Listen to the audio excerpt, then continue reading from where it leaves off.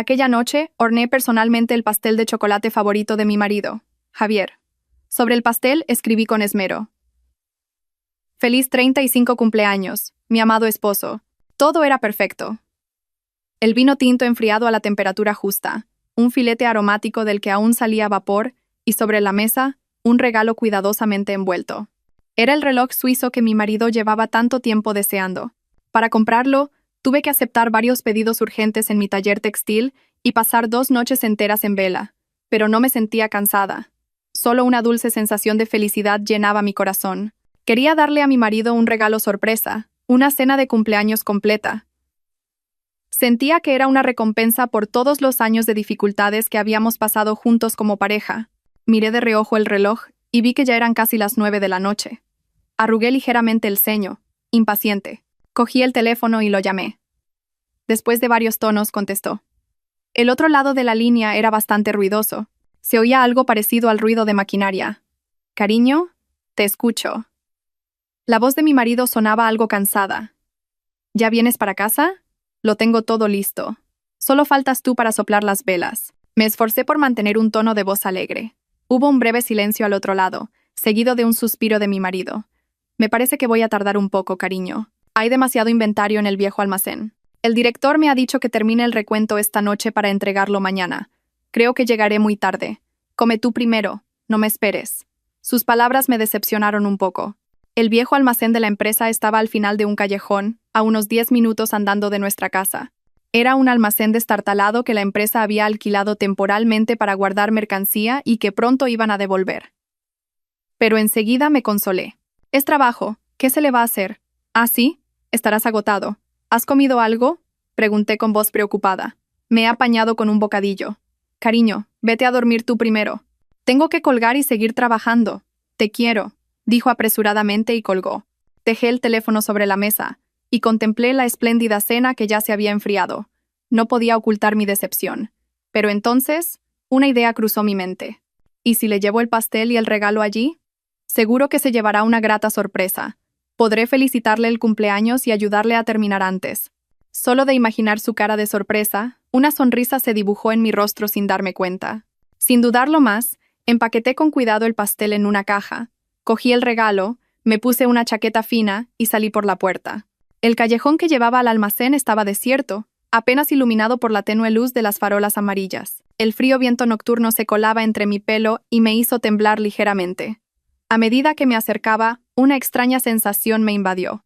Si estuvieran haciendo inventario, el almacén debería estar bien iluminado y se deberían oír los ruidos de gente moviendo cosas. Pero todo el almacén estaba en un silencio sepulcral y solo se filtraba una luz tenue por la rendija de una pequeña y polvorienta ventana.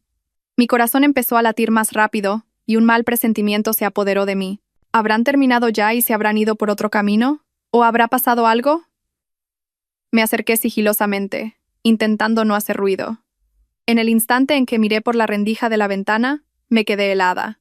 No había ni montañas de mercancía desordenada ni gente trabajando. Bajo la tenue luz de una linterna colocada sobre unas cajas, estaba mi marido, Javier. Pero no estaba solo. Frente a él estaba Isabel, la vecina que se había mudado a la casa del final del callejón hacía unos meses. Estaba de espaldas, pero reconocí su larga melena ondulada y su esbelta figura. Estaban hablando y riéndose entre dientes. La mano de mi marido. Esa misma mano que unas horas antes me había prometido que volvería a casa para celebrar su cumpleaños, ahora rodeaba con una ternura insoportable la cintura de Isabel. En ese momento sentí que mi mundo se derrumbaba. La caja del pastel que sostenía se volvió tan pesada que casi se me cayó al suelo.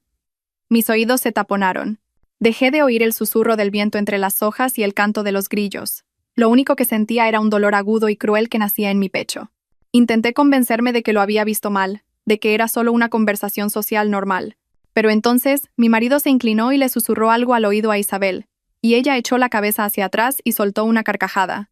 Esa risa, bajo la tenue luz, sonaba increíblemente estridente y nauseabunda. Y entonces, mi marido la besó. Justo delante de mis ojos, un beso largo y apasionado. Esa era la razón de su retraso. El inventario era una mentira descarada. Me estaba engañando, me estaba traicionando el día de su cumpleaños, a solo unos pasos de nuestra casa. La rabia y el dolor me golpearon como un tsunami, amenazando con ahogarme. Quise entrar corriendo, gritarles y ponerlos en su sitio. Pero, extrañamente, cuando el dolor llegó a su punto álgido, no brotaron lágrimas. En su lugar, me invadió una calma aterradora. Mi mente estaba más clara y lúcida que nunca. ¿Llorar? ¿Montar un escándalo? ¿Y qué conseguiría con eso? ¿Escuchar excusas falsas y quedar como una pobre desgraciada a sus ojos? No, no iba a hacer eso. Si querían tomarme por tonta, les demostraría de lo que es capaz esta tonta. Apreté con fuerza la caja del regalo. Las afiladas esquinas se me clavaron en la piel, pero no sentí dolor. Retrocedí en silencio y me deslicé hacia la oscuridad, donde no podían verme. Mi mirada recorrió los alrededores del viejo almacén y se detuvo en el gran candado de hierro que colgaba de la puerta principal. Un pensamiento loco pero decidido cruzó mi mente. Dejé el pastel y el regalo en el suelo y me acerqué sigilosamente a la puerta. Mis manos no temblaban en absoluto. Con cuidado, junté las dos pesadas hojas de la puerta de hierro, el chirrido del metal rasgando el silencio de la noche. Luego, cogí el candado. Un seco clac resonó. La puerta estaba cerrada. Retrocedí unos pasos, contemplé mi obra y esbocé una sonrisa fría. Pero esto no era suficiente. Fui a la parte trasera del almacén, donde se encontraba el viejo cuadro eléctrico. Sin dudarlo, bajé el interruptor general con todas mis fuerzas. ¡Zas! Saltó una pequeña chispa, y el almacén entero se sumió en una oscuridad total. Pude oír el agudo grito de Isabel y la maldición de mi marido desde dentro. ¿Qué pasa? Un apagón, socorro. Estaban entrando en pánico. Perfecto. Saqué mi móvil nuevo del bolsillo. La pantalla se iluminó, reflejando mi rostro, aterradoramente sereno. Busqué en mi agenda el nombre guardado como Mateo, el vecino. Era el marido de Isabel. Deslicé suavemente el dedo por la pantalla y pulsé con decisión el botón de llamar. «Hola, Mateo. ¿Está en casa?», dije, forzando una voz de pánico y preocupación. Creo que ha habido un cortocircuito en el cuadro del viejo almacén de aquí al lado. Está todo a oscuras y mi marido ha salido a una cena de trabajo y aún no ha vuelto. Estoy muy asustada. ¿Podría venir a echar un vistazo? ¿Cuál sería la reacción de Mateo cuando viera la escena dentro del almacén? ¿Cómo continuaría mi teatro? Al otro lado de la línea, la voz de Mateo sonaba adormilada, pero aún así muy amable. «Hola, Lucía. ¿Un cortocircuito? Eso es peligroso. Quédese donde está. Voy para allá ahora mismo a ver qué pasa. Espere 5 minutos». Su voz era sincera y directa, a diferencia del tono salamero y astuto de mi marido. Por un momento, sentí una punzada de culpa por involucrar a alguien ajeno a este lío. Pero en cuanto recordé la imagen de mi marido abrazando y besando a su mujer, esa pizca de compasión se desvaneció al instante. Él era una víctima, igual que yo. Y tal vez él también tenía derecho a saber la verdad. Me escondí detrás de un gran árbol enfrente. Estaba lo suficientemente oscuro como para que nadie me reconociera, pero lo bastante cerca como para observar toda la obra que estaba a punto de desarrollarse. Dentro del almacén, los golpes en la puerta y los gritos no cesaban. «Hay alguien ahí fuera. ¡Socorro! Abran la puerta». La voz de mi marido estaba cargada de pánico e ira. Isabel, por su parte, solo sollozaba y llamaba débilmente a mi marido por su nombre. «Javier, tengo miedo. Está muy oscuro». Qué patético sonaba. Sonreí con frialdad. Era hora de que comenzara la función. Tal como prometió, en menos de 5 minutos, la corpulenta figura de Mateo apareció al final del callejón. Como hombre que trabajaba en la construcción, era alto y robusto. Llevaba una linterna y una caja de herramientas. Parecía genuinamente preocupado. «Lucía, ¿dónde está?» «¿Está bien?», gritó. No respondí, solo observé en silencio. Oyó los golpes provenientes del almacén y se dirigió rápidamente hacia allí. «¿Quién anda ahí?», preguntó con extrañeza. «Mateo, soy yo, Javier. Ayúdame, por favor. La puerta se ha cerrado por fuera. Y se ha ido la luz. ¿Puedes abrirla de alguna manera?». La voz de mi marido sonaba exultante, como si se hubiera aferrado a un salvavidas. Mateo pareció sorprendido de que estuviera allí, pero aún no sospechaba nada. «Qué raro. ¿Cómo se va a cerrar por fuera?». «A ver». Iluminó el candado con la linterna. «Esto es un candado exterior. Alguien os ha encerrado a propósito». «¡Qué faena!», gritó mi marido. «Seguro que han sido ladrones. Nos han encerrado para robar en las casas de al lado». «Mateo, rompe el candado». Mi mujer. Digo, la vecina, Isabel, también está aquí. Está muy asustada. Era realmente bueno inventando historias. Pero esa torpe mentira solo hacía la situación más dramática. Al oír que su mujer estaba dentro, Mateo se puso aún más nervioso. Rebuscó en su caja de herramientas y sacó una cizalla. El viejo candado de hierro no pudo resistir su fuerza. Tras unos cuantos intentos, con un clac, el candado se rompió. La pesada puerta de hierro se abrió, revelando un espacio completamente a oscuras. Mateo apuntó con la linterna hacia el interior. El haz de luz barrió el espacio y se detuvo. Su cuerpo entero se quedó rígido como una estatua. Yo sabía lo que había visto. Bajo la luz de la linterna, la escena dentro del almacén se reveló en toda su crudeza. Su mujer, Isabel, estaba sentada en el suelo con la ropa en desorden, el pelo revuelto y los ojos llenos de lágrimas. Y mi marido, Javier, estaba de pie a su lado, con los botones de la camisa desabrochados y la cara desencajada. No estaban muy separados el uno del otro. Una distancia demasiado corta como para explicar que habían quedado atrapados juntos por casualidad. El aire se volvió denso y pegajoso. Hasta el viento nocturno parecía haberse detenido. Solo se oían las respiraciones agitadas de las tres personas en el haz de luz. Isabel, Javier, ¿qué estáis haciendo aquí los dos? La voz de Mateo temblaba, no por el frío, sino por la terrible emoción que bullía en su pecho. Sorpresa, duda y una verdad cruel que se iba haciendo cada vez más clara. Isabel no se atrevía a mirar a su marido. Solo mantenía la cabeza gacha mientras sus hombros se sacudían. Mi marido, Javier, tras un instante de desconcierto, recuperó apresuradamente una falsa compostura. Dio un paso adelante, intentando interponerse delante de Isabel, y balbuceó: «Mateo, no lo malinterpretes. Nosotros solo». «¿Solo qué?», rugió Mateo. Su grito resonó en todo el callejón. Ya no era aquel hombre amable y sencillo. Sus ojos estaban inyectados en sangre. Miró fijamente a su mujer y luego de nuevo a mi marido. «Os pregunto qué coño estabais haciendo aquí a mis espaldas». Justo en ese momento, decidí que era mi turno de aparecer. Salí de la oscuridad. Todavía llevaba en las manos la caja del pastel y el regalo de cumpleaños. Me esforcé por poner una expresión de máxima perplejidad y confusión. «Javier, Mateo, ¿por qué tanto alboroto?». Mi aparición los sorprendió a los tres, especialmente a mi marido. Me vio la caja del pastel en mis manos y su rostro se quedó pálido como el de un muerto. «Lucía, ¿qué haces tú aquí?», tartamudeó. Aterrorizado, «Te he traído el pastel de cumpleaños». «Me dijiste que tenías que trabajar aquí», dije con voz inocente, parpadeando como si no entendiera nada de lo que estaba pasando. Luego, miré a Isabel sentada en el suelo y fingí preocupación. «Isabel, ¿por qué estás sentada ahí? ¿Ha pasado algo?». Mi actuación llevó la situación al culmen de la ironía. Mateo me miró, luego miró de nuevo a su mujer y a mi marido. Las piezas del puzzle parecían encajar en su cabeza. La amarga verdad se reveló con una claridad meridiana. No dijo nada, solo se acercó en silencio a su mujer. Isabel retrocedió asustada. «Cariño, déjame que te explique». ¡Zas! Una bofetada que pareció hacer temblar el cielo dejó una marca en la mejilla de Isabel y la tiró al suelo. En todo el callejón solo quedó el eco de esa bofetada y el agudo llanto de Isabel. Javier, al verlo, intentó instintivamente detenerlo, pero Mateo ya se había vuelto y lo había agarrado por el cuello de la camisa. Sus ojos ardían. «¿Y tú, buen amigo, te atreves a liarte con mi mujer?». Y yo, para completar mi papel, realicé mi acto final. Lancé un grito agudo, puse los ojos en blanco y me desplomé en el suelo, inconsciente.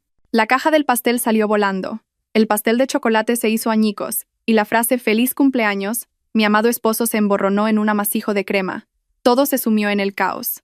¿Sería mi desmayo fingido suficiente para engañar a todos y llevar a los dos traidores a un callejón sin salida? El caos en el pequeño callejón pareció entrar en una nueva fase tras mi desmayo. Yacía en el frío suelo con los ojos cerrados, pero mis oídos captaban con claridad todos los sonidos a mi alrededor. Se oía el rugido de Mateo mezclado con las débiles súplicas de mi marido. «Mateo, cálmate. Hablemos las cosas con calma». Luego se oyó un pum. Probablemente mi marido se había llevado un puñetazo. También oí el llanto miserable de Isabel. «Cariño, deja de pegarle, por favor». Mi teatro había sido un éxito rotundo.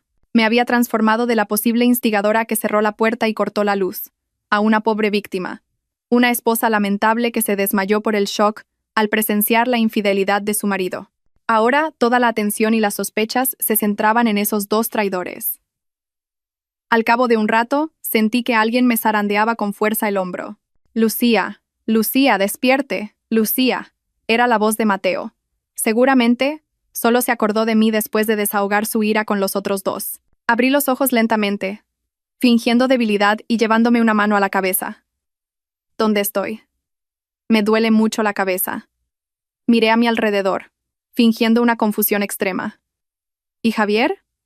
¿E Isabel? Antes vi.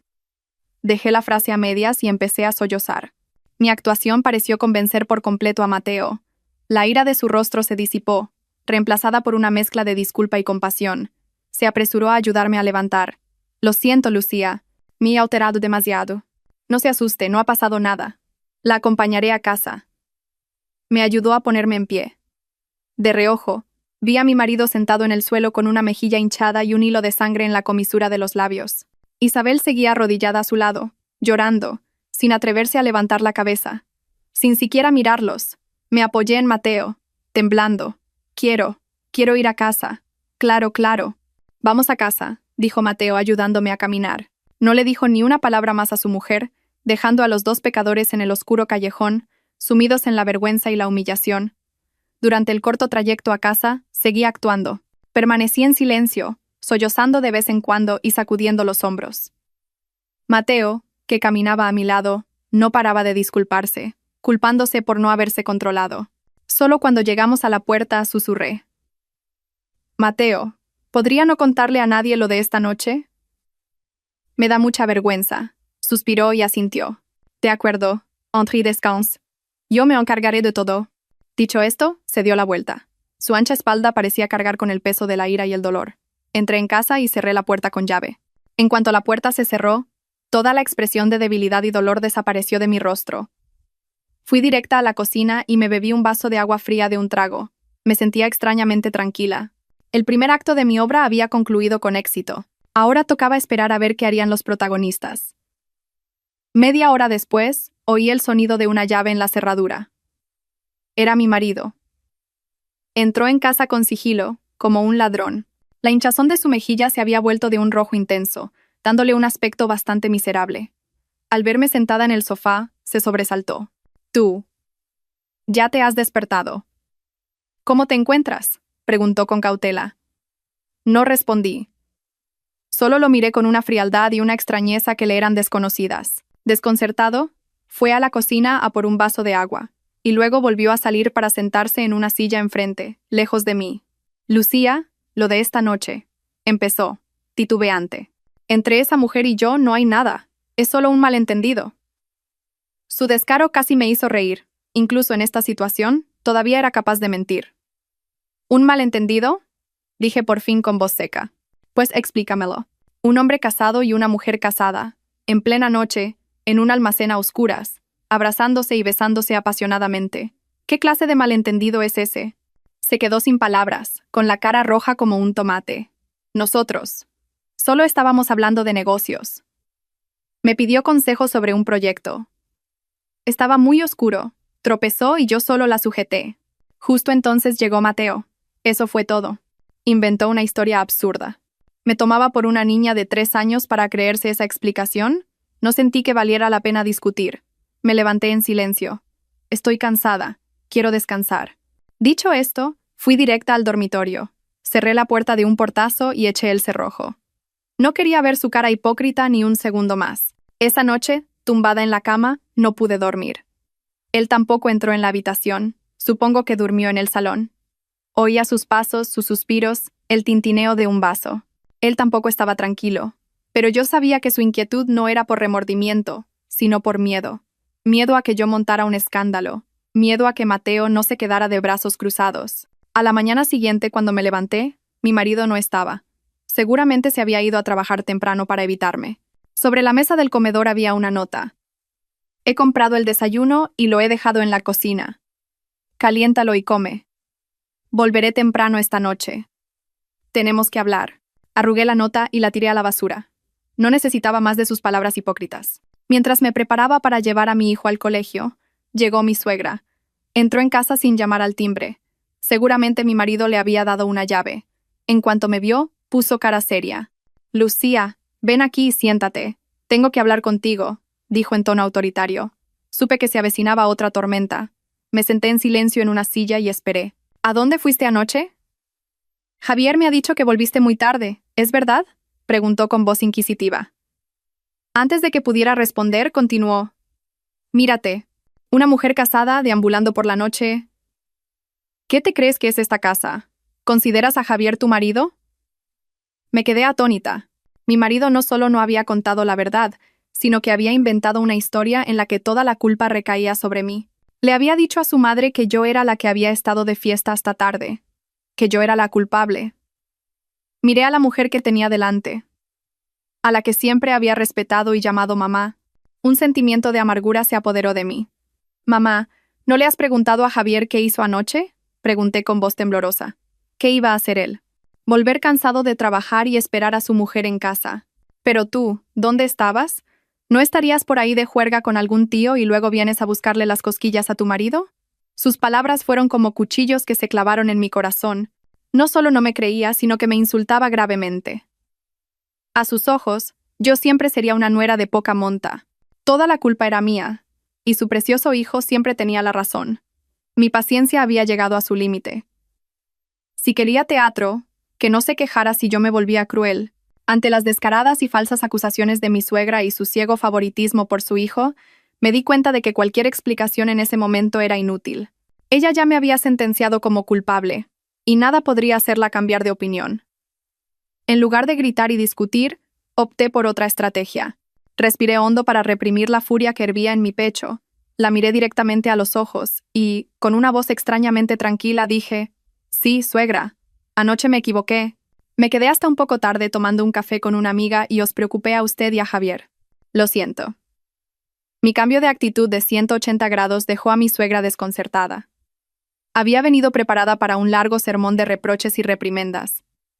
Pero mi repentina disculpa la pilló por sorpresa. «Tú. Si reconoces tu error, está bien», balbuceó, sin saber cómo continuar. «Pero no se preocupe». La interrumpí antes de que pudiera empezar con su habitual retahíla. «Lo he pensado mucho. Últimamente he estado demasiado centrada en el trabajo del taller y he descuidado a mi familia. Es culpa mía. Intentaré cambiar a partir de ahora. Dedicaré más tiempo a Javier y a la familia». Hablé con una voz sincera y con lágrimas en los ojos. Mi actuación pareció surtir efecto. El semblante hostil de mi suegra se suavizó un poco.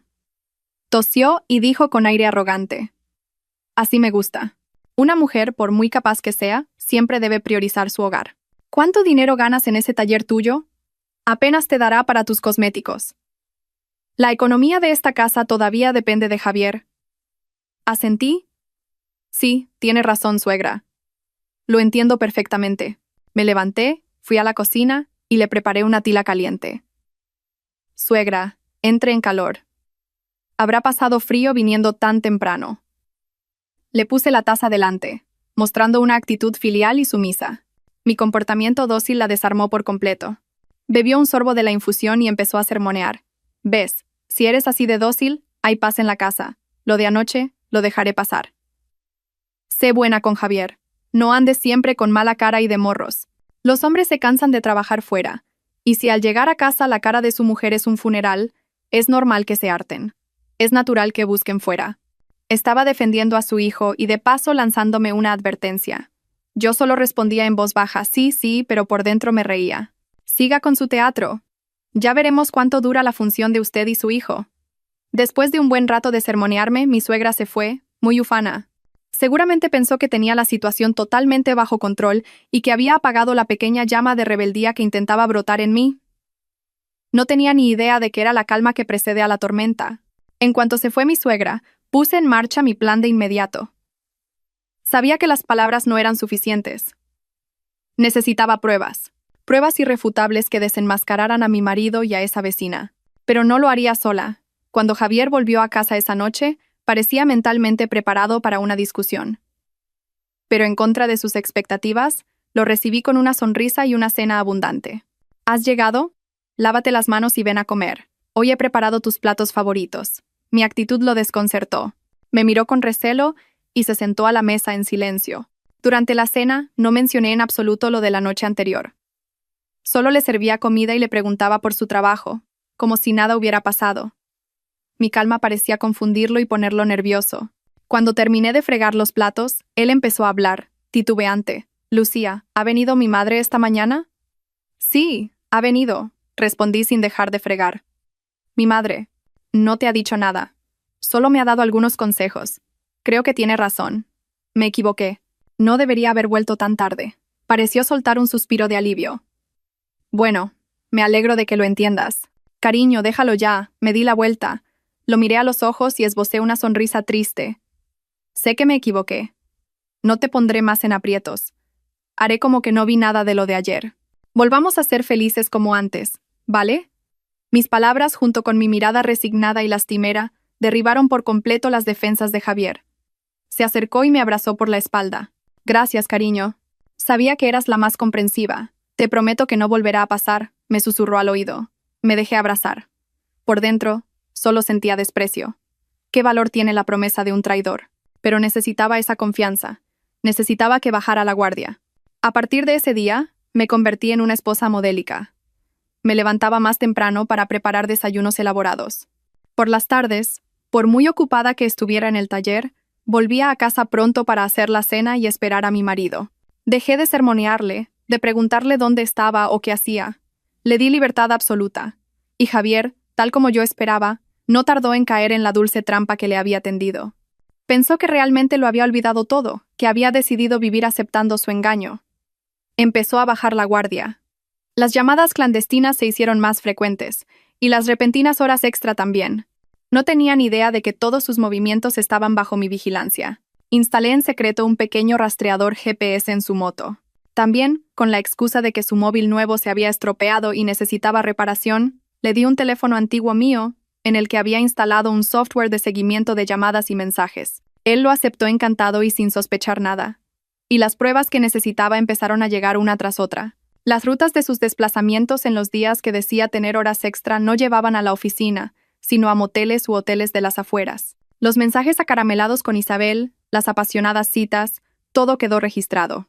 Incluso tuvo el descaro de usar la tarjeta de crédito familiar que yo le había dado para comprarle regalos a su amante y pagar las facturas del hotel. Cuanto más pruebas reunía, más frío se volvía mi corazón. Ya no sentía dolor, solo la determinación de llegar hasta el final. Pero sabía que estas pruebas no bastaban para que pagara un alto precio. Necesitaba un aliado, alguien que tuviera el mismo enemigo que yo. Y esa persona era Mateo. ¿Aceptaría Mateo colaborar conmigo? ¿Y cuán cruel sería mi próximo plan? Después de casi una semana recopilando pruebas, tenía en mis manos un expediente detallado de la relación adúltera de mi marido e Isabel. Fechas de citas, lugares de encuentro, mensajes acaramelados e incluso las facturas de hotel pagadas con mi tarjeta. Todo era tan evidente que pensé que actuar sola no sería tan efectivo. Necesitaba a alguien que pudiera atacar desde ambos flancos. Alguien herido como yo y con sed de justicia. Esa persona era Mateo. El problema era cómo acercarme a él. Desde la noche en que los pillamos en el almacén no lo había vuelto a ver. Suponía que él también estaría sumido en el dolor y la confusión. Un hombre tan sencillo y honesto como él, enfrentado a la traición de la esposa a la que adoraba, debía de estar destrozado. No podía presentarme de repente. Levantaría sospechas. Necesitaba una excusa razonable y plausible, y la oportunidad surgió una tarde de fin de semana. Me enteré por un vecino de que Mateo estaba reformando una casa vieja al final de la calle. Decidí fingir un encuentro casual. Me puse un sencillo traje de oficina y un maquillaje ligero para parecer cansada y demacrada. Conduje hasta esa calle, aparqué bastante lejos y me acerqué andando. Tal como me habían informado, Mateo estaba allí. Estaba empapado en sudor, mezclando cemento con ahínco. Parecía mucho más delgado y demacrado. La barba de varios días le daba un aspecto aún más abatido. Trabajaba solo, sin ayudantes, probablemente intentando ahogar sus penas en el duro trabajo físico. Respiré hondo, me armé de valor y me acerqué. Mateo, lo llamé en voz baja. Se giró sobresaltado. Al verme, un atisbo de vergüenza y evasión cruzó sus ojos. Lucía. Se secó apresuradamente el sudor de la frente. ¿Qué haces por aquí? Yo. Tenía un asunto por aquí cerca, dije, titubeante. Te he visto al pasar y he querido saludarte. ¿Cómo estás últimamente? Mi pregunta pareció tocar un punto sensible. Bajó la cabeza en silencio y siguió mezclando cemento con la paleta. Regular, murmuró. Gracias por preguntar. El ambiente se volvió incómodo. Supe que así no iba a ninguna parte. Decidí ir al grano. Mateo. Sé que quizás no es el momento adecuado para hablar de esto, pero creo que tenemos que hablar. Sobre lo de la otra noche. Al sacar de nuevo el tema, las manos de Mateo se detuvieron. Me miró con una expresión compleja, una mezcla de rabia y dolor. ¿Qué más hay que hablar? Todo quedó claro. Sí, quedó claro, dije con firmeza. Pero no podemos dejar que se salgan con la suya. Nos han traicionado, han pisoteado nuestros sentimientos y nuestra confianza. ¿Vas a quedarte de brazos cruzados? Me miró, y una chispa de ira se encendió en sus ojos. ¿Y si no me quedo de brazos cruzados, qué puedo hacer? ¿Darles una paliza? Ya lo hice. ¿Y qué? Ella sigue siendo mi mujer, la madre de mi hijo. No puedo abandonarla. Abandonarla o no es tu decisión, dije. Pero al menos debemos hacer que paguen por lo que han hecho. Debemos hacerles saber que no se pueden cometer errores y seguir como si nada. Guardó silencio, como si estuviera sopesando mis palabras. Supe que iba por el buen camino. Era un hombre orgulloso. La traición de su mujer no solo le había causado dolor, sino también humillación. ¿Qué quieres que haga? Dijo finalmente con voz ronca. Supe que había mordido el anzuelo. Miré a mi alrededor para asegurarme de que no había nadie. Aquí no es cómodo hablar. Mañana a las 3 de la tarde nos vemos en la cafetería Brisa, junto al lago. Tengo algo que enseñarte. Después de verlo, sabrás qué hacer. Dicho esto, me di la vuelta sin esperar su respuesta. Había sembrado en su mente la semilla de la curiosidad y una tenue esperanza de justicia. Estaba segura de que vendría. Este encuentro convirtió a un compañero de desgracias en un aliado potencial. Ya no lucharía sola. 2 personas traicionadas, juntas, desataríamos una tormenta. Al día siguiente por la tarde, llegué 10 minutos antes de la hora acordada. Elegí una mesa en un rincón, discreta pero desde donde podía observar fácilmente. Había preparado mi tableta con todas las pruebas que había recopilado. A las 3 en punto, llegó Mateo. Se había afeitado y llevaba una camisa limpia, lo que le daba un aspecto más aseado, pero sus ojos hundidos y su expresión cansada no podían ocultarse. Se sentó enfrente de mí y esperó en silencio. Sin rodeos, puse la tableta sobre la mesa y giré la pantalla hacia él. Mira esto, le dije. En la pantalla había un archivo de Excel con un registro detallado de las rutas de mi marido durante la última semana, extraído del rastreador GPS. Puntos rojos marcaban densamente los lugares que había visitado. Motel X, Hotel Y, Motel Z en las afueras. Todos coincidían con los días que había dicho que tenía viajes de trabajo o se quedaba hasta tarde. Al lado, había mensajes acaramelados entre mi marido e Isabel. Te echo mucho de menos. Esta noche nos vemos en el sitio de siempre, cariño. Hoy la bruja de mi mujer me ha vuelto a dar la lata. ¡Qué asco! Solo soy feliz cuando estoy contigo.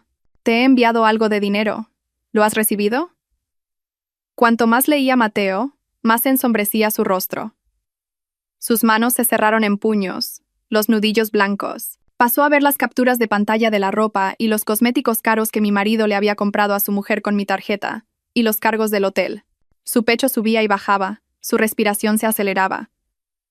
Podía sentir la ira hirviendo dentro de él. Menudos cabrones. Son unos auténticos cabrones, dijo entre dientes. Su voz salía a través de los dientes apretados.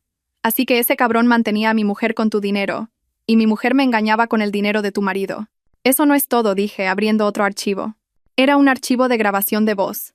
Era la llamada que mi marido le hizo a Isabel justo después de salir de nuestra casa tras ser pillados en el almacén. Había activado la función de grabación automática de llamadas en ese viejo teléfono. En la grabación, la voz de mi marido estaba llena de irritación. ¡Qué rabia! Ha aparecido mi mujer de repente y ha fastidiado todo el plan. No te enfades, cariño. La voz de Isabel era salamera. ¿Qué tal si nos vemos mañana por la noche? Te echo tanto de menos. Le diré a mi marido que tengo una cena de antiguos alumnos. Vale. De acuerdo. La próxima vez tendremos que ser más cuidadosos. Por cierto, ¿qué ha pasado con el proyecto de inversión en ese terreno del que te hablé? ¿Se lo has comentado a tu marido? Sí, se lo he dicho. Pero el tío sigue dándole vueltas. ¿Qué tiene que pensárselo? ¿Qué va a saber un paleto como él de inversiones? Decide tú. Ya encontraré la manera de sacarle el dinero. Cuando terminó la grabación, Mateo estaba sentado, inmóvil, con el rostro pálido como el papel. No solo le habían sido infiel, sino que su mujer estaba a punto de estafarle. El orgullo de un hombre había sido pisoteado sin piedad. Ellos intentaban estafarme mi dinero, balbuceó, incrédulo. Sí, respondí con voz fría. Mi marido planea invertir los ahorros conjuntos de nuestro matrimonio en ese terreno, y está incitando a tu mujer a que te saque el dinero para invertir juntos. Hice una pausa y lancé el golpe de gracia. ¿Y sabes qué? Por lo que he podido averiguar, ese terreno va a ser recalificado como zona verde no urbanizable. Comprarlo es como tirar el dinero por la ventana. Probablemente mi marido tampoco lo sepa. Él es solo un peón en un juego más grande. Pero Isabel, ella lo sabe. Ella y el agente inmobiliario que les vendió el terreno son primos. La última revelación fue como un martillazo en la cabeza de Mateo. Su mujer no solo le había sido infiel, sino que también estaba intentando estafarle su dinero y, en connivencia con su amante, tender una trampa para arruinarlos tanto a él como a mi marido. Todo era tan evidente. Esto ya no era un error momentáneo. Era una conspiración planeada de una manera extremadamente cruel y sucia. Mateo apoyó la cabeza en la mesa y sus hombros se sacudieron. No sabía si estaba llorando o reprimiendo una furia a punto de estallar. Después de un buen rato, levantó la cabeza con los ojos inyectados en sangre. «¿Yo? ¿Qué hago ahora?», preguntó, impotente. Lo miré directamente a los ojos y le dije con firmeza. «Haz lo que un hombre herido debe hacer. Recupera la justicia por ti mismo». Nuestra alianza se selló oficialmente sobre el dolor y un ardiente deseo de venganza. ¿Tendría éxito nuestro primer plan? ¿Y llevaría a los dos traidores a una situación de la que no pudieran reír ni llorar? Tras sellar nuestra alianza, Mateo y yo conversamos largo y tendido para trazar un plan de acción detallado. Nuestro objetivo no era simplemente exponer su relación, sino hacerles pagar un alto precio emocional, moral y, sobre todo, económico.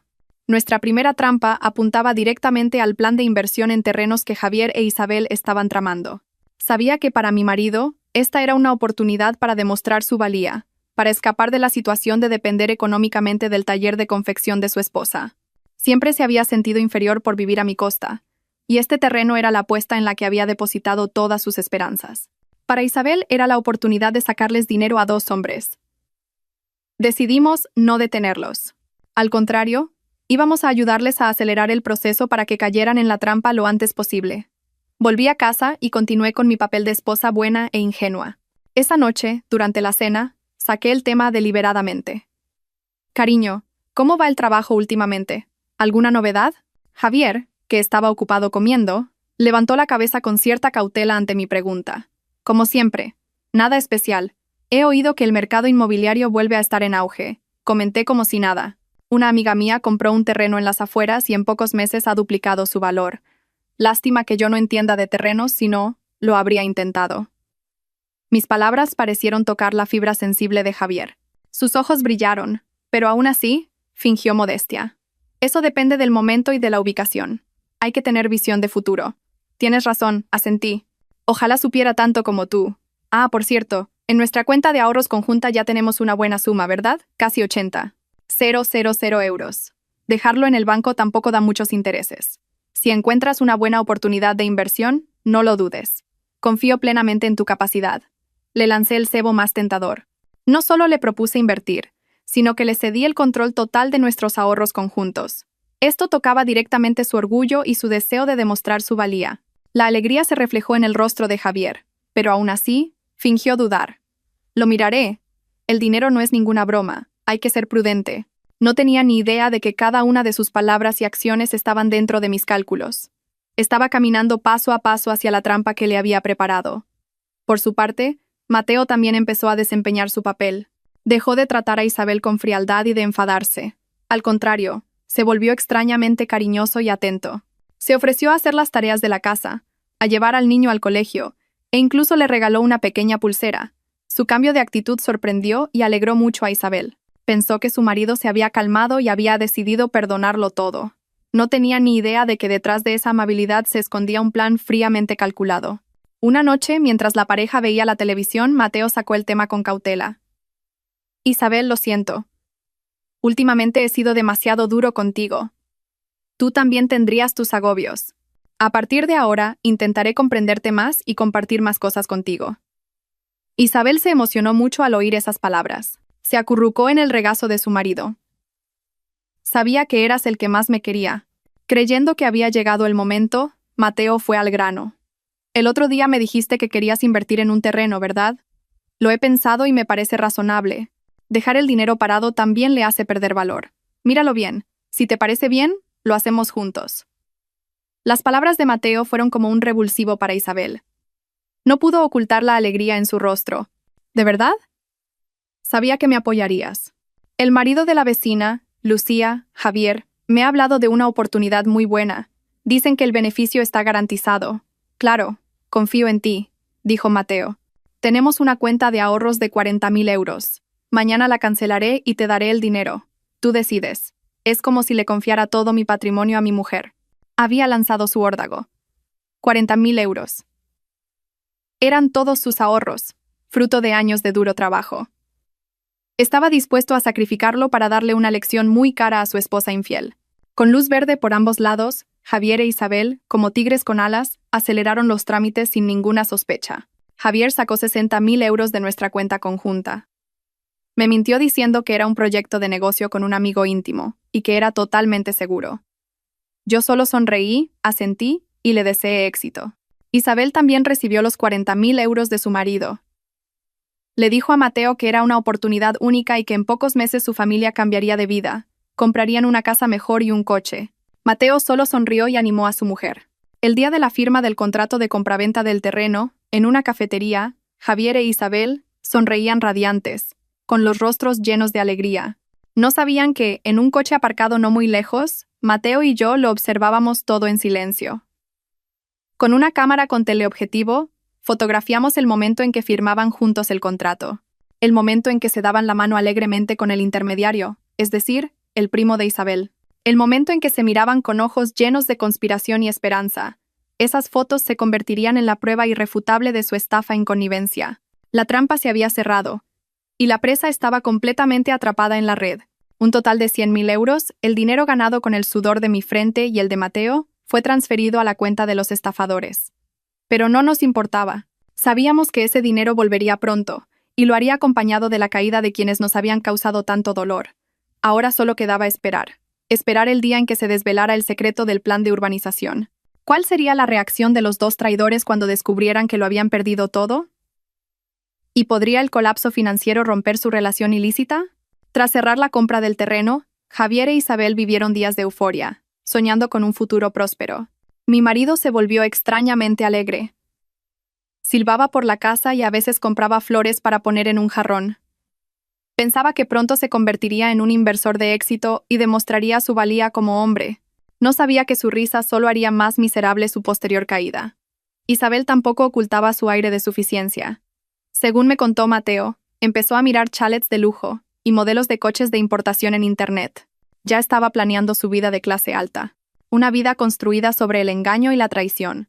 No paraba de presionar a Javier para que se divorciara de mí cuanto antes. Mateo, convertido en un espía inesperado, instaló hábilmente un software de grabación en el móvil de Isabel, y lo que oímos superó nuestras expectativas. Javier, ¿cuándo demonios vas a dejar a esa vieja de tu mujer? La voz de Isabel en la grabación era salamera pero también impaciente. No puedo esperar más. ¿Hasta cuándo vamos a tener que vivir así a escondidas mi hijo y yo? Espera un poco más. La voz de mi marido sonaba dubitativa. Si me divorcio ahora, me pedirá la mitad de los bienes.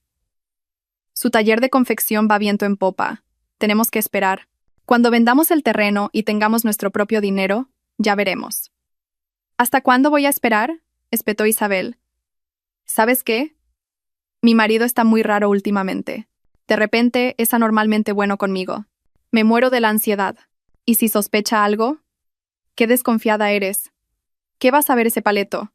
Seguramente se siente culpable por algo y quiere compensarte, la tranquilizó Javier. No te preocupes. Ya tengo un plan para sacarle más dinero. Le diré que hay que invertir más, que quiero abrir una tienda de moda. Adora a su hijo, así que no podrá negarse. Para entonces, todo el dinero y los bienes serán nuestros. Su conversación lo revelaba todo. Ya no había dulces palabras de amor, solo cálculo y utilización. Nos veían a nosotros, sus cónyuges legítimos, como máquinas de hacer dinero, como obstáculos que había que eliminar. Cada palabra que pronunciaban era una prueba irrefutable de su culpabilidad. Mateo, sentado a mi lado escuchando de nuevo la grabación, no tenía ninguna expresión en el rostro. Probablemente el dolor había llegado a tal extremo que se había convertido en un odio gélido. Solo apretó los puños y dijo en voz baja: «Déjalos que sueñen». Mientras tanto, yo tampoco me quedé de brazos cruzados. Sabía que no bastaba con esperar a que se hiciera pública la información sobre el plan urbanístico. Necesitaba crear un impacto, un acontecimiento que llevara todo al clímax. Contacté con una vieja amiga que trabajaba en el departamento de urbanismo del ayuntamiento. Tras ponernos al día, obtuve la información que necesitaba. El plano detallado de la zona se haría público en el tablón de anuncios del ayuntamiento el próximo lunes por la mañana. Esta información aún era secreta, solo la conocían los profesionales del sector. Decidí filtrar esta información accidentalmente a una persona que estaba segura de que no sabría guardar un secreto por su locuacidad. Mi suegra. Sabía que le encantaba presumir y que creía ciegamente en el talento de su hijo. Si se enteraba de que su hijo estaba a punto de ganar una fortuna, seguro que lo pregonaría a los cuatro vientos. El plan se ejecutó a la perfección. El sábado por la noche, mi marido y yo fuimos a cenar a casa de mis suegros, como de costumbre. Durante la cena, fingí recibir una llamada de mi amiga del ayuntamiento. Salí a la terraza a hablar a propósito, con un volumen de voz suficiente para que mi suegra pudiera oírlo. «Hola, Carmen. ¿Qué tal? ¿Qué me dices? ¿Que el plan urbanístico de esa zona se va a hacer público pronto? ¿En serio? ¿El lunes por la mañana? Vaya, qué notición». «De acuerdo, muchas gracias. Se lo diré a mi marido esta noche. Nosotros también hemos comprado un terrenito por allí». Actué con total naturalidad. Colgué y volví a entrar con cara de alegría. De reojo, vi que mi suegra, aunque fingía ver la tele, tenía las orejas tiesas y los ojos brillantes. Supe que lo había oído todo. Me acerqué a mi marido y le susurré, lo suficientemente alto para que mi suegra lo oyera: «Cariño, buenas noticias. El valor de nuestro terreno se va a multiplicar por 10. Me acaba de decir mi amiga que el lunes por la mañana anuncian que esa zona se va a convertir en una nueva ciudad ecológica». Javier, al oírlo, se sorprendió y luego no pudo ocultar su alegría. Se giró hacia su madre y presumió: «Mamá, ¿lo ve?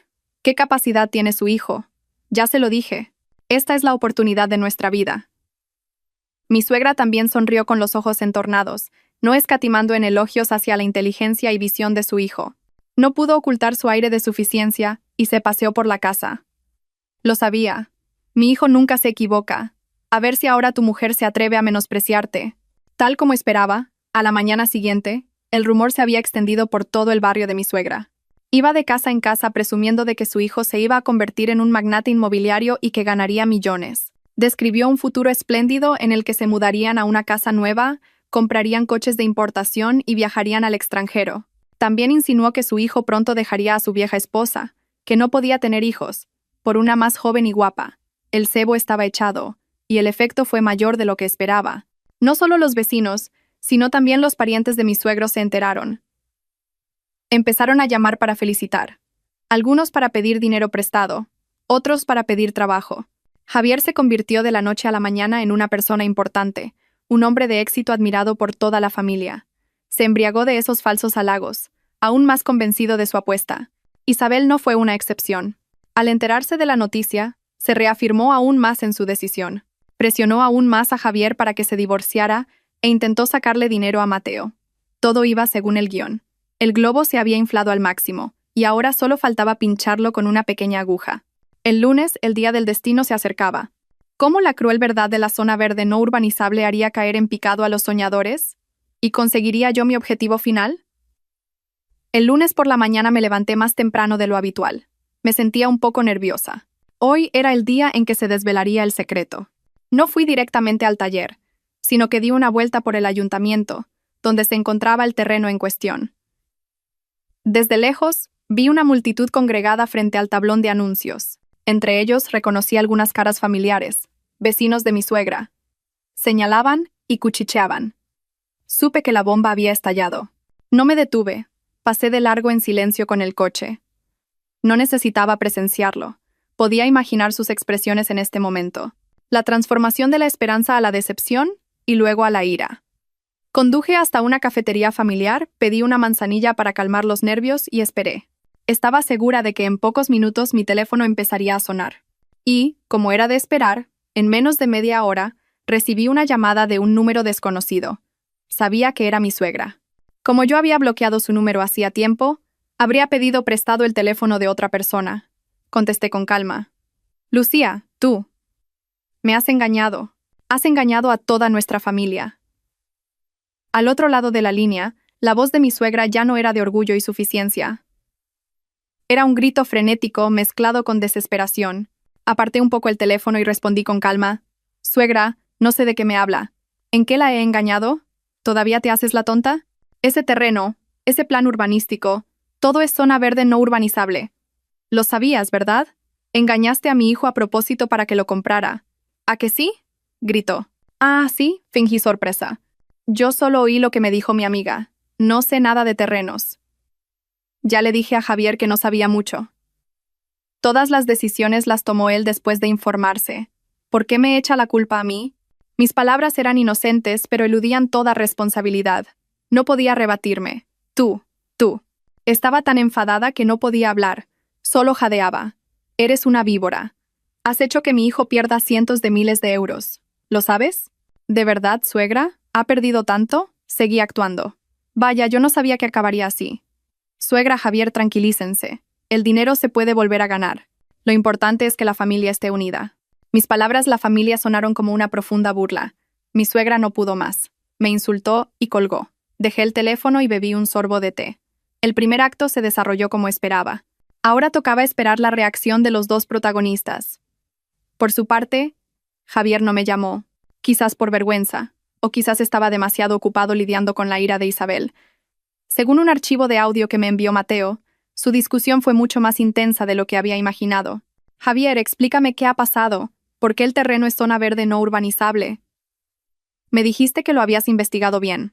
La voz de Isabel era aguda y llena de reproches. Yo tampoco lo sabía. La voz de mi marido era débil y llena de excusas. A mí también me han engañado. El intermediario me lo aseguró. ¿Te han engañado o es que eres tonto? ¿Sabes qué? Por creerte, he engañado a mi marido y le he sacado el dinero para dártelo a ti. Ahora se ha ido todo a la basura. ¿Qué le digo yo a ese hombre? Dile que la inversión ha salido mal. En los negocios a veces se gana y a veces se pierde. ¿Normal? Qué fácil lo dices tú. Son 40.000 euros. Todos los ahorros de nuestro matrimonio. Devuélveme mi dinero. Devuélvemelo ahora mismo. ¿De dónde saco el dinero para devolvértelo? El mío también está todo metido ahí.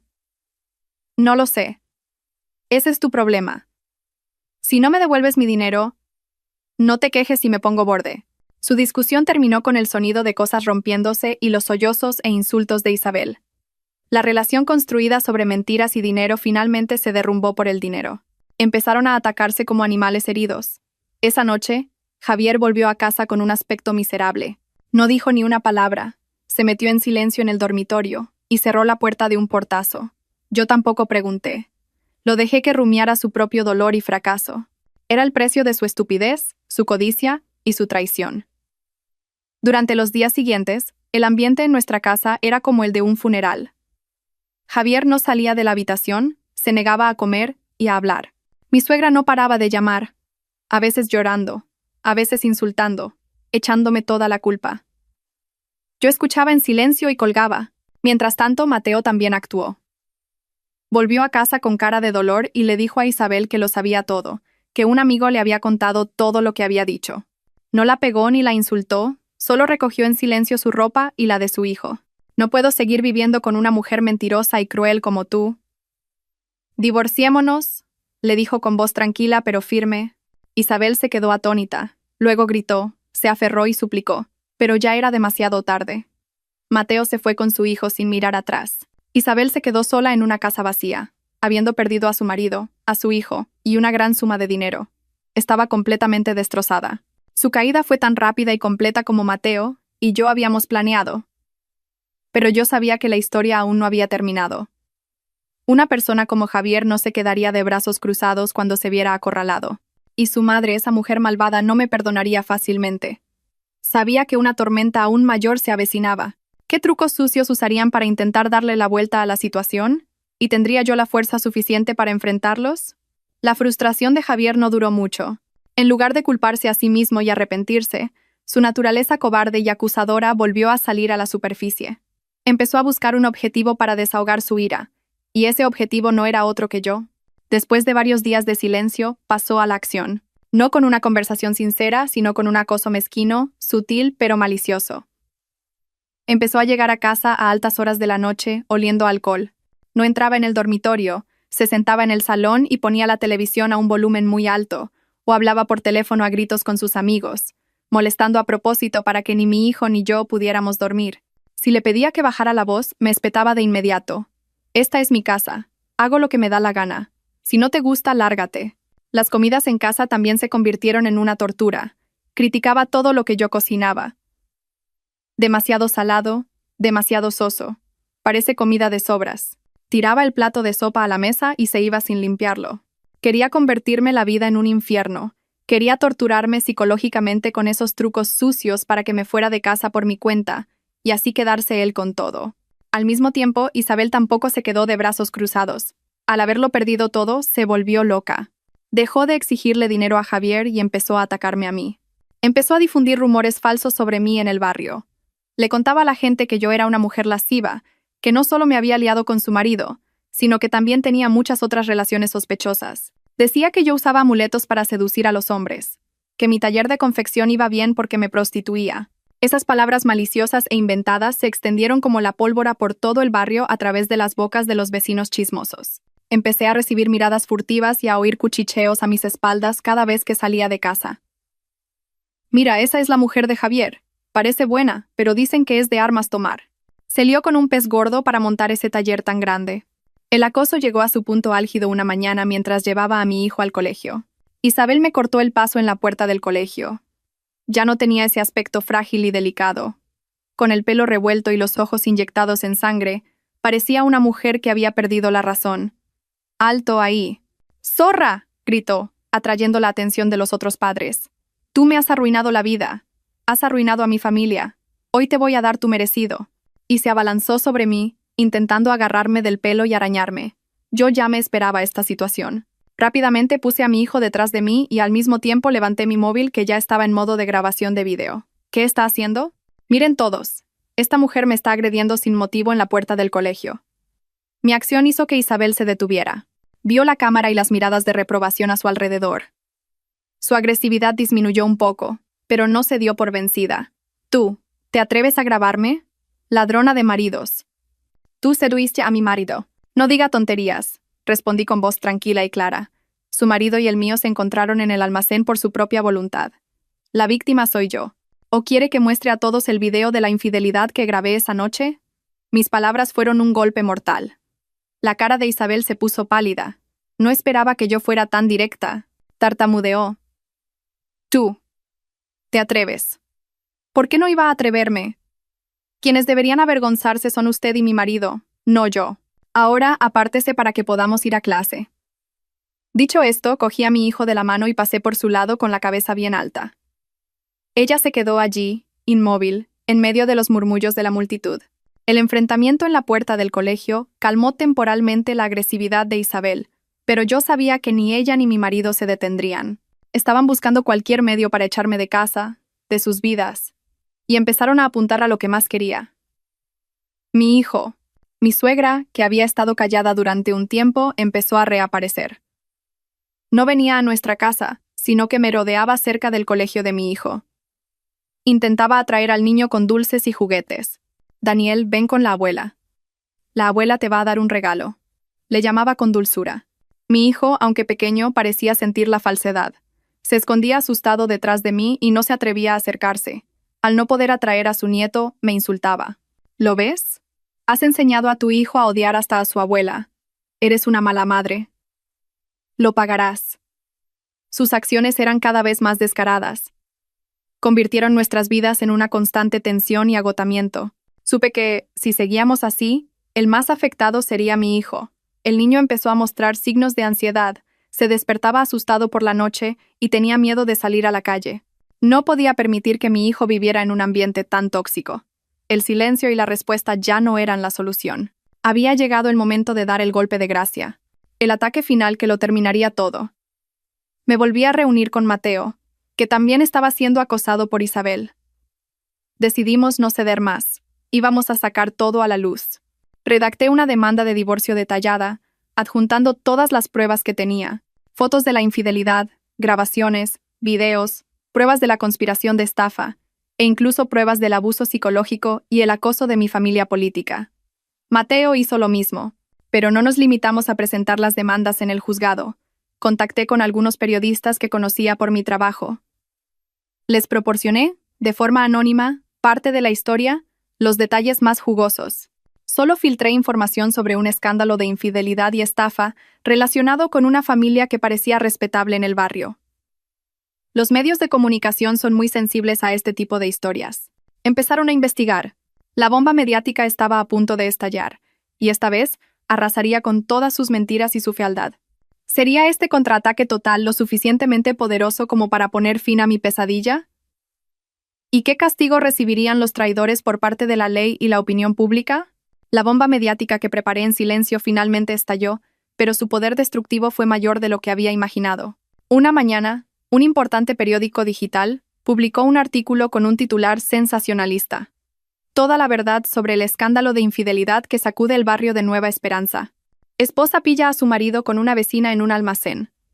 Se destapa una trama de estafa millonaria. Aunque el artículo anonimizaba los nombres de los implicados, los detalles tan característicos sobre el barrio, el viejo almacén y la dramática pillada infraganti, hacían que cualquiera que viviera allí pudiera adivinar fácilmente quiénes eran los protagonistas. La noticia se propagó como la pólvora. En cuestión de horas, se convirtió en el tema más candente en todas las comunidades online. Los internautas, con una increíble capacidad de investigación, no tardaron en encontrar la identidad de Javier e Isabel.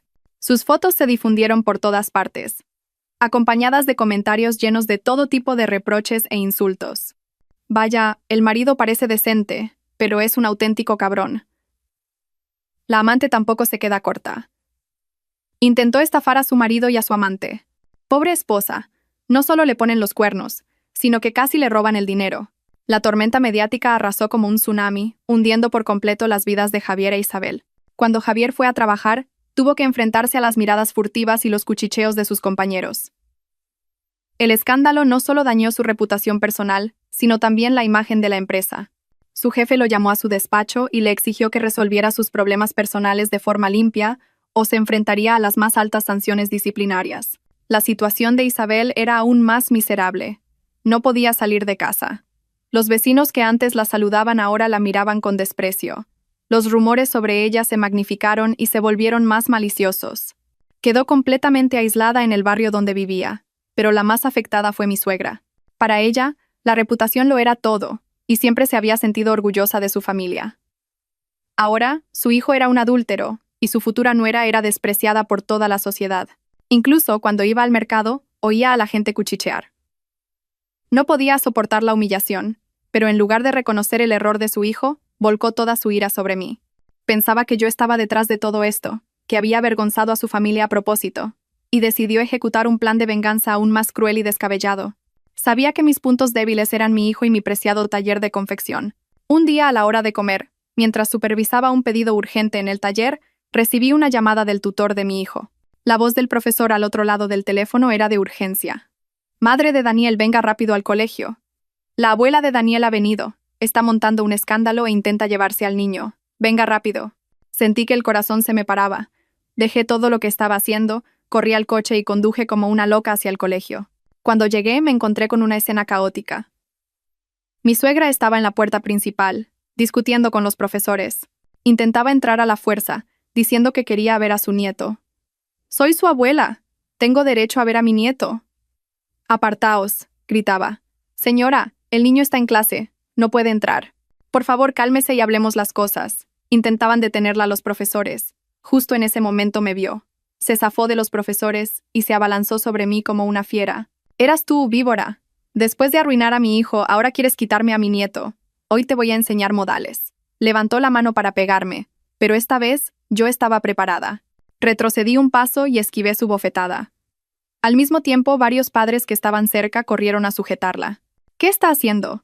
«Pegando a alguien a plena luz del día». «Suelten a mi nuera». Se oyó una voz familiar. Mi madre, que no sé cuándo había llegado, estaba allí, con el rostro serio. «Si tienen algún problema, resuélvanlo en casa. Esto es un colegio, no un mercado para que usted venga a montar un escándalo». La aparición de mi madre y la intervención de los demás hicieron que mi suegra se calmara un poco, pero no se dio por vencida. Se dejó caer al suelo y empezó a llorar a gritos, como siempre. ¡Ay, Dios mío! La nuera se alía con su madre para maltratar a la suegra. ¡Qué desgraciada soy! Solo quería ver a mi nieto un momento. Y ni eso me dejan. Su teatro podría haber despertado la compasión de algunos en otro lugar, pero aquí, donde el artículo se había difundido, todos conocían su verdadera cara, y ya nadie se creía sus lágrimas de cocodrilo. No sentí que valiera la pena discutir con ella. Fui directamente al colegio a hablar con el director, exigiendo que reforzaran la seguridad y que tomaran medidas para que ella nunca más se acercara a mi hijo. Cuando salí, la policía había llegado. Advirtieron a mi suegra por alteración del orden público y levantaron un atestado. Fue llevada a la comisaría, avergonzada y humillada. Pero yo sabía que para alguien como ella, esto no sería el final. Y, como era de esperar, al no poder atacarme directamente a mí y a mi hijo, se fijó en otro objetivo, mi taller de confección. Unos días después, un equipo de inspección conjunta de varios departamentos se presentó de repente en mi taller. Dijeron que habían recibido una denuncia anónima de que mi taller incumplía la normativa de seguridad contra incendios, contrataba a trabajadores sin contrato y evadía impuestos. Estaba segura de que era un truco sucio de mi suegra.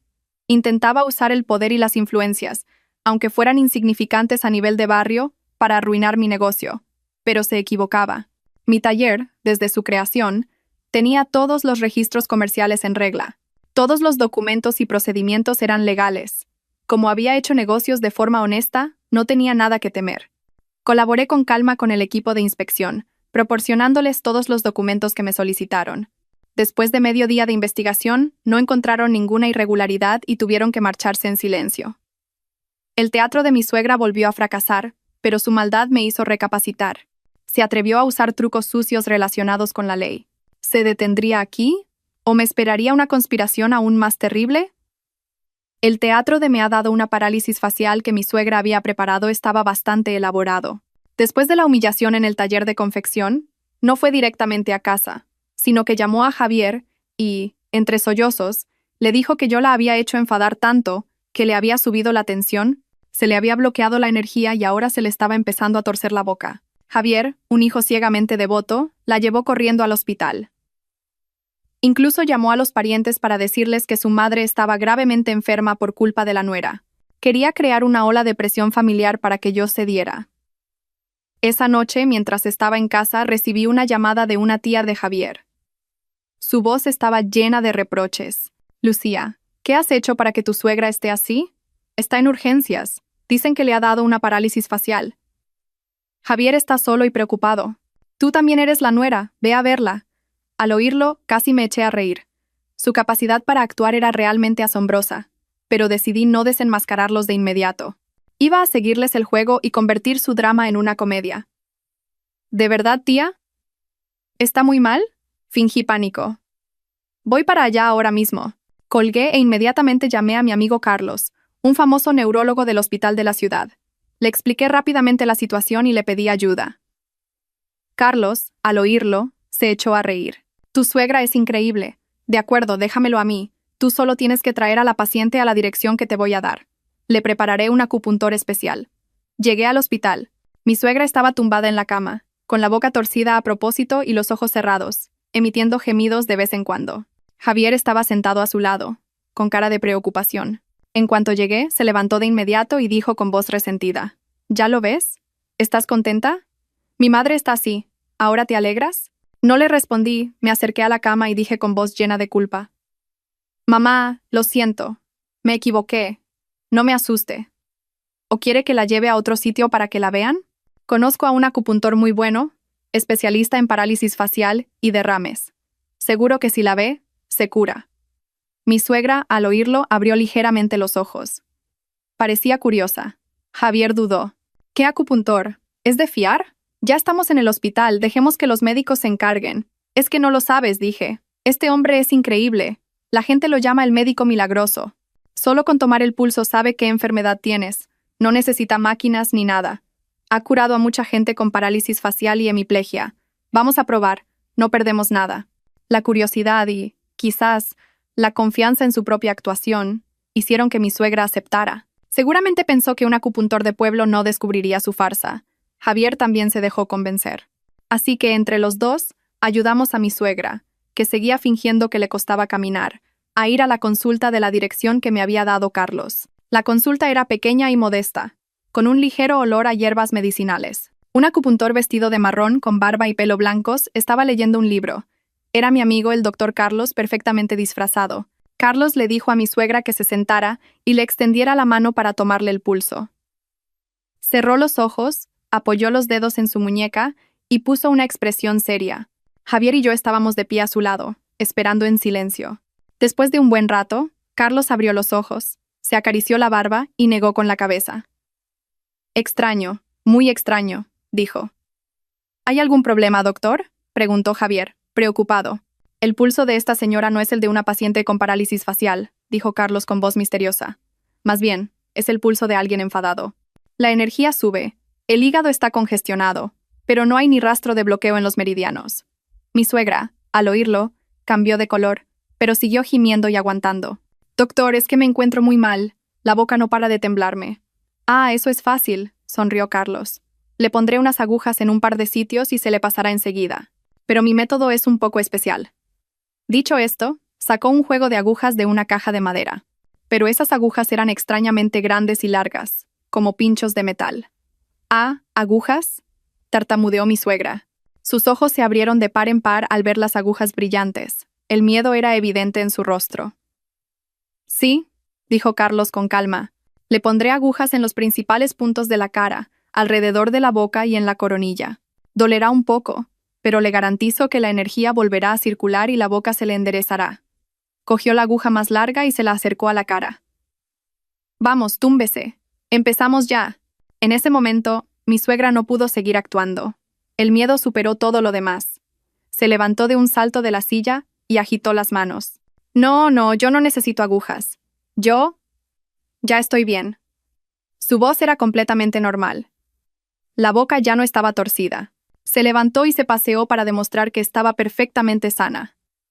«Miren, ya estoy curada. No necesito tratamiento». «Gracias, doctor». Javier, de pie a su lado, se quedó con la boca abierta, sin entender lo que estaba pasando. Mamá, ¿ya estás bien?» «Sí, ya estoy bien. Sería por el traqueteo del coche. Ya estoy bien. Vámonos a casa», dijo. Y tirando de su hijo salió corriendo por la puerta. Carlos se quedó atrás, acariciándose la barba y sonriendo. «Vaya, qué rápido se cura la señora. Un auténtico milagro de la medicina». «La consulta son 50 euros. Se los cobraré al hijo», le dijo a Javier. Javier, aturdido, sacó la cartera, pagó y salió corriendo detrás de su madre. La farsa no pudo terminar de forma más cómica. Mi suegra había expuesto su propia mentira delante de su hijo. Yo, de pie en la consulta, no podía aguantar la risa. Esta obra de teatro sería probablemente un recuerdo inolvidable para ella. Después de este estrepitoso fracaso, ¿tendrían el valor de intentar otro truco? ¿O sería esto el comienzo de acciones más descabelladas y peligrosas? Tras la trágica comedia de la acupuntura, mi suegra no pudo decir nada más. Se metió en su habitación en silencio y cerró la puerta de un portazo. La vergüenza y la ira eran evidentes en su rostro, pero no podía hacer nada. Javier estaba completamente confundido. Me miró a mí, luego a la puerta cerrada de su madre, sin entender lo que acababa de pasar. Probablemente todavía no se creía que su madre hubiera montado un teatro tan elaborado. Yo no sentí la necesidad de explicarlo. Dejé que la verdad se revelara por sí misma. Creía que después de esto, al menos Javier empezaría a ver a su perfecta madre con otros ojos. Pero el silencio no duró mucho. Humillada por el fracaso de su farsa, mi suegra empezó a odiarme aún más. Dejó de buscarme las cosquillas directamente y empezó a usar métodos más crueles. Inició una guerra fría. Me trataba como si fuera invisible en la casa. No me respondía cuando le hablaba. No comía lo que yo preparaba. Se hacía fideos instantáneos o pedía comida a domicilio y comía sola en su habitación. Quería aislarme, convertirme en una extraña en mi propia casa. Javier, atrapado en medio, estaba en una situación muy incómoda. Entraba en la habitación de su madre para consolarla y luego venía a decirme: «Mamá está enfadada, ten un poco de paciencia». «¿Qué he hecho yo para tener que aguantar?», le respondí. Se quedó sin palabras de nuevo. El ambiente en casa era asfixiante. Sabía que esta era la táctica de mi suegra. Quería usar esta tensión para agotarme, para que no pudiera soportarlo más y me fuera por mi cuenta. Y casi lo consigue. Estaba realmente agotada, pero no podía irme. Irme ahora sería como admitir que la culpa era mía. Tenía que quedarme y luchar hasta el final. La gota que colmó el vaso fue una tarde de fin de semana. Ese día, en mi taller, tenía un gran pedido de exportación que había que terminar con urgencia. Estuve trabajando en el taller hasta casi las 10 de la noche. Cuando llegué a casa, estaba agotada. La casa estaba oscura y fría. Mi suegra y Javier se habían acostado temprano, sin dejarme ni un trozo de comida. Fui a la cocina en silencio, pensando en prepararme unos fideos. Justo cuando encendí el fuego, Javier salió del dormitorio. No me preguntó si había comido o si estaba cansada. Su primera palabra fue una acusación. Espetó. ¿Sabes que mamá no se encontraba bien hoy? ¿Has estado fuera todo el día y ni una llamada? ¿Eres una buena nuera? ¿Que suegra no se encontraba bien? Por la mañana, cuando me fui, estaba perfectamente. ¿Qué va a estar bien? Ha estado toda la tarde con dolor de cabeza y mareos. Yo he tenido que faltar al trabajo para cuidarla en casa. ¿Y tú? Metida en tu taller, descuidando a tu familia. Se excitaba cada vez más. ¿Has terminado? No pude más. ¿Que suegra estaba enferma? ¿La llevaste al médico? ¿O era otro de sus teatros?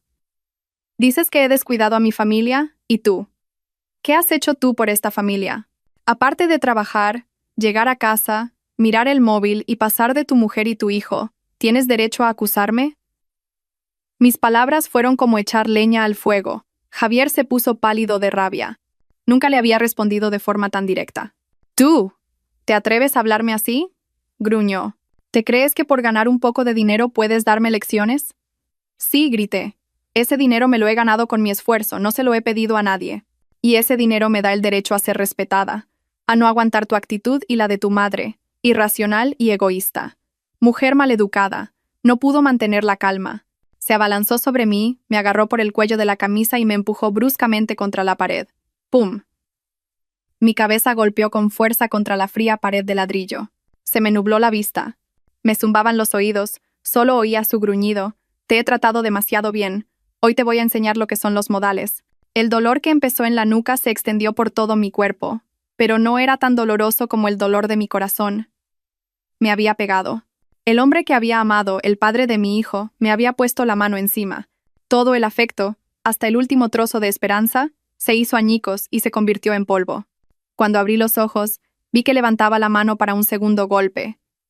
Pero se detuvo. Su mirada estaba fija en un punto sobre la puerta, su rostro lleno de pavor y miedo. Seguí su mirada. En la esquina de la pared, una pequeña luz LED roja parpadeaba rítmicamente. Era la minicámara de seguridad que había instalado en secreto unos días antes. Justo después de decidir que no cedería más. Había previsto que una persona como Javier, acorralada, no controlaría sus acciones. Y tenía razón. Desde el momento en que me empujó y me tiró, hasta sus últimas palabras de amenaza, toda su acción violenta quedó grabada con claridad. Se dio cuenta. La mano que había levantado bajó lentamente, y su expresión feroz se transformó en un miedo extremo. Tú, tartamudeó, retrocediendo unos pasos. Me apoyé en la pared y me levanté lentamente. El dolor seguía ahí, pero una sensación de victoria llenaba mi corazón. Sí, dije, señalando la cámara con una voz fría como el hielo. Todo está grabado. Gracias por proporcionarme la última y más contundente prueba. No dije nada más. Me tambaleé hasta mi habitación y cerré la puerta con llave. Me dejé caer al suelo y me abracé la cabeza. Las lágrimas empezaron a brotar. Pero esta vez, no eran lágrimas de debilidad. Eran lágrimas de liberación. Esta batalla, por fin, había terminado, y sabía que yo sería la vencedora. A la mañana siguiente, me desperté con un dolor punzante en la nuca y una determinación férrea. Anoche apenas había dormido. Después de confirmar que el video estaba a salvo en la nube, pasé la noche planeando mi contraataque final. No más teatro, no más discusiones. Esta vez usaría la ley y la verdad para poner fin a todo. No fui al taller. En su lugar, llamé al abogado que me había recomendado Mateo, un viejo amigo suyo. Le conté todo el caso, desde la estafa del terreno hasta la agresión de anoche. Le envié todas las pruebas que tenía. Grabaciones, mensajes, fotos y, lo más importante, el video de la cámara de seguridad.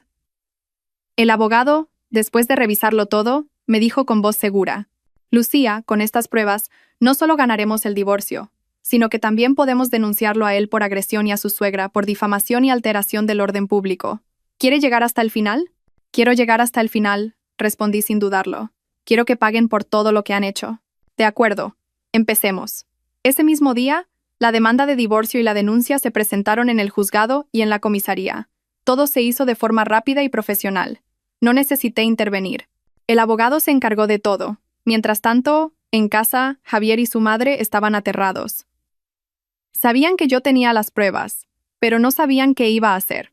Mi silencio era más aterrador que cualquier insulto. Javier me llamó y me envió mensajes innumerables veces, a veces suplicando perdón, a veces amenazando. Lucía, por favor, me equivoqué. Estaba borracho, no era yo. Perdóname esta vez. Si montas un escándalo, lo perderé todo. Como te atrevas a denunciarme a la policía, no te dejaré en paz. No olvides que todavía eres mi nuera. No respondí a ningún mensaje. Simplemente los guardé en silencio como prueba de su acoso. Y llegó el día en que tuvieron que enfrentarse a la justicia. Una tarde, mientras estaba en casa con mi hijo, recibí un mensaje de Mateo. La policía ha ido a casa de tu suegra. Más que regocijo, sentí alivio. Por fin, el karma había llegado. Según me contaron, cuando llegó la policía, mi suegra gritó y montó un escándalo, afirmando que yo los estaba incriminando y perjudicando. Pero ante la citación y las pruebas iniciales que presentó la policía, no pudo rebatir nada. Javier se vino abajo por completo. Cuando se lo llevaron, no mostró ninguna resistencia. Simplemente lo siguió en silencio, como un hombre sin alma. El incidente se convirtió en el gran escándalo del barrio. La historia de la buena nuera que sufría la violencia y la estafa de su familia política se extendió como la pólvora. Esta vez, nadie se creyó las lágrimas de mi suegra. Toda la simpatía anterior se convirtió en desprecio e ira. Ellos mismos habían destruido lo que más valoraban, su reputación y su honor. Pero yo sabía que esto aún no era el final. La verdadera batalla se libraría en los tribunales, y yo estaba totalmente preparada para ella. No solo quería el divorcio, quería recuperar la custodia de mi hijo, todos los bienes que me pertenecían, y lo más importante, que se sentaran en el banquillo y pagaran por sus delitos. Creía que la justicia debía prevalecer, no solo por mí, sino por todas las mujeres que sufren injusticias en silencio. Nuestro juicio de divorcio se fijó para un mes después. Durante la espera, me mudé de la casa de propiedad conjunta y alquilé un pequeño apartamento para mi hijo y para mí. Quería romper por completo con ese lugar que me traía tantos recuerdos dolorosos. Mi vida empezó a recuperar la normalidad. El taller seguía funcionando bien, y mi hijo, al dejar de vivir en un ambiente tan tenso, volvió a ser un niño alegre. Pero sabía que mi familia política no se quedaría de brazos cruzados. Y, como era de esperar, contrataron a un abogado bastante conocido y se prepararon para luchar hasta el final. Se negaron al divorcio, a la división de bienes e incluso pidieron la custodia de mi hijo. Su argumento era que yo había tendido una trampa a la familia y los había calumniado, por lo que no tenía la catadura moral para ser madre. Su descaro alcanzó nuevas cotas. El día del juicio, me enfrenté a ellos. Javier estaba demacrado, parecía 10 años más viejo. Mi suegra seguía con su expresión afilada y maliciosa. Su abogado empezó intentando desacreditarme. Afirmó que yo era una esposa infiel que había tenido una relación inapropiada con Mateo. Presentaron como prueba nuestro encuentro en la cafetería. Pero mi abogado refutó rápidamente. Presentó mensajes y grabaciones que demostraban que ese encuentro fue simplemente para intercambiar pruebas de la infidelidad de sus respectivos cónyuges. Una colaboración entre dos víctimas. Luego llegó nuestro turno de contraatacar. Mi abogado empezó a presentar las pruebas. El video de Javier agrediéndome se proyectó en una gran pantalla. Toda la sala contuvo la respiración. La expresión feroz de Javier y sus palabras amenazantes lo decían todo. Mi suegra intentó excusarse. Eso fue porque Lucía lo provocó. Se portó de forma insolente y mi hijo se enfadó. Pero esa débil excusa no podía ocultar la evidente violencia. A continuación, se presentaron las pruebas de la infidelidad, la estafa del terreno y la malversación de fondos. Con cada prueba que salía a la luz, las caras de Javier y su madre se ponían más pálidas. No se imaginaban que yo lo hubiera recopilado todo de forma tan detallada y perfecta. Cuando finalmente mi abogado presentó la denuncia penal, pidiendo que se les acusara de agresión, difamación y estafa, se vinieron abajo por completo. Mi suegra se desmayó en la sala, y Javier se desplomó en su silla, cubriéndose la cara con las manos. Su teatro había terminado, y esta vez, nadie podía salvarlos. ¿Cuál sería la sentencia final para ellos? ¿Y encontraría yo la verdadera paz después de todo esto? El juicio terminó con mi victoria absoluta. El juez, después de examinar todas las pruebas, dictó una sentencia impecablemente justa. El tribunal concedió nuestro divorcio. En cuanto a la custodia, considerando que el entorno familiar de la familia política presentaba numerosos factores perjudiciales para el desarrollo psicológico del niño, y especialmente el comportamiento violento del padre, el tribunal decidió que yo ejercería la custodia exclusiva de mi hijo. Javier tenía la obligación de pagar una pensión alimenticia mensual hasta que el niño cumpliera los 18 años. En cuanto a los bienes, aunque la casa de propiedad conjunta se adquirió durante el matrimonio, dado que la mayor parte de la compra y de las cuotas mensuales provenían de mis ingresos, y considerando la malversación de bienes comunes por parte de Javier para una inversión ilegal, el tribunal dictaminó que se me adjudicara el 70% del valor de la casa. Él solo recibiría el 30%. Además, era responsable de devolver la totalidad de los 60,000 euros que había retirado arbitrariamente del Fondo de Ahorro Común. En el ámbito penal, el tribunal remitió todo el expediente a la Fiscalía. Por los delitos de lesiones con uso de objeto peligroso y estafa, Javier se enfrentaría a un inevitable juicio penal. Mi suegra fue condenada a una fuerte multa por difamación y alteración del orden público. Se dictó sentencia y se hizo justicia. Salí del juzgado con el corazón ligero. Por fin, la pesadilla de tantos años había terminado. Había recuperado todo lo que me pertenecía, mi hijo, mis bienes y, lo más importante, mi honor y mi libertad. Poco después del juicio, Javier fue detenido para ser investigado. Mi suegra, tras pagar la multa y enfrentarse al desprecio y el ostracismo de parientes y vecinos, se vino abajo por completo. Intentó vender la casa del pueblo para ayudar a su hijo, pero no pudo cambiar el resultado. Finalmente, Javier fue condenado a 5 años de prisión, un precio demasiado alto por su estupidez y su traición. Nuestra casa de propiedad conjunta también se vendió. Después de darle a Javier su 30% según la sentencia judicial, con el dinero restante y mis ahorros, compré un apartamento de lujo en un barrio nuevo, tranquilo y seguro. Quería un comienzo completamente nuevo para mi hijo y para mí. Mi taller de confección, que se había visto afectado por el escándalo durante un tiempo, volvió a la normalidad y prosperó día a día. Mi reputación no solo no se vio afectada, sino que aumentó. Muchos clientes acudían a mí no solo por la calidad de mis productos, sino también por admiración a mi fortaleza y tenacidad. En cuanto a Isabel, después de que se revelara su verdadera cara, tampoco pudo vivir en paz en ese barrio. Tuvo que vender su casa y mudarse a otro lugar para escapar de las burlas de la gente. Mateo también completó el proceso de divorcio. Se convirtió en un padre soltero que criaba a su hijo solo. De vez en cuando, todavía nos veíamos. No como amantes, sino como amigos y aliados que habían superado juntos una gran tormenta. Compartíamos experiencias sobre la crianza de los hijos y nos ayudábamos en el trabajo. Entre nosotros había una comprensión y un respeto especiales. A veces me preguntaba si en el futuro podríamos llegar a algo más, pero no tenía prisa. Mi corazón había sufrido demasiadas heridas. Necesitaba tiempo para sanar. Por ahora, solo quería disfrutar de una vida tranquila con mi hijo. Una tarde, mientras jugaba con mi hijo en el parque, recibí una carta. El remitente era Javier, desde la cárcel. Dudé un momento, pero la abrí y la leí. La carta era larga, la letra torcida. Escribía sobre su arrepentimiento y las dolorosas noches en prisión. Me pedía perdón y una oportunidad para empezar de nuevo.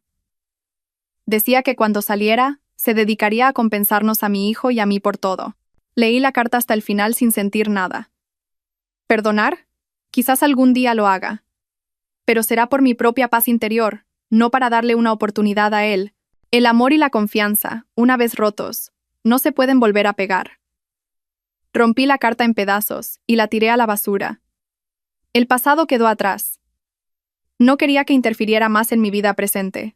Me giré para ver a mi hijo, que jugaba felizmente en el tobogán. Una felicidad sencilla llenó mi corazón. Esta era la vida que quería. No una vida de riqueza y lujo, sino una vida tranquila con las personas que amo.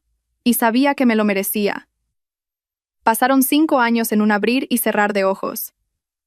La vida de mi hijo y la mía había cambiado mucho. El pequeño apartamento de antes era ahora un hogar cálido y acogedor que habíamos decorado a nuestro gusto, lleno de risas. Mi hijo, Daniel, ya era un apuesto alumno de tercero de primaria. Era muy buen estudiante y tenía un talento especial para el dibujo. Al ver sus coloridos dibujos, supe que su alma se había curado por completo de las heridas del pasado. Mi taller de confección se había convertido en una pequeña empresa de moda con marca propia. Ya no tenía que cargar con todo yo sola. Tenía a mi lado un equipo de empleados apasionados y con talento. Mi vida era ahora ajetreada pero llena de sentido. Encontraba la alegría en el trabajo, en crear productos hermosos y en dar empleo a muchas otras personas. Mi relación con Mateo también había entrado en una nueva fase. Después de mucho tiempo como amigos, nos dimos cuenta de que entre nosotros no solo había compasión, sino también amor. Un amor construido sobre la comprensión, el compartir y el respeto. Me pidió matrimonio y acepté. Nuestra boda no fue ruidosa ni ostentosa. Fue una pequeña y cálida fiesta con la familia y los amigos más cercanos. Daniel y el hijo de Mateo se convirtieron en hermanos que se querían y cuidaban mutuamente. Juntos, formamos una nueva familia. Una familia que, aunque no perfecta, siempre estaba llena de amor y respeto. A veces me llegaban noticias de la gente del pasado. Javier salió de la cárcel. No se quedó en la ciudad, se fue a vivir con su madre al pueblo. Mi ex-suegra, dicen. Se había debilitado y su mente se había nublado por los sucesivos golpes. Ya no insultaba, solo se sentaba en silencio en un rincón de la casa. Quizás ese fue su mayor castigo. De Isabel, oí que se había casado con otro hombre en una provincia lejana y vivía una vida normal. El torbellino de odio y traición por fin había terminado. Cada uno había pagado por sus errores y había encontrado su propio camino. Una tarde de fin de semana, fuimos de picnic al campo toda la familia. Bajo el cálido sol dorado, viendo a los dos niños correr por el césped y a mi marido pelándome una manzana con ternura, sentí una paz total. El pasado me había enseñado una lección muy cara sobre el valor del amor, el matrimonio y la autoestima. Había caído. Me había desesperado. Pero fueron esas mismas dificultades las que me convirtieron en la mujer que soy hoy. Una mujer fuerte, independiente y que sabe quererse a sí misma. Sonreí. Una sonrisa genuinamente feliz. Sabía que en el futuro habría muchos más desafíos, pero ya no tenía miedo. Porque ahora tenía un verdadero hogar al que volver, un remanso de paz. Y sé que mientras haya amor y confianza podremos superarlo todo juntos. Mi vida, después de la tormenta, por fin había visto el arco iris.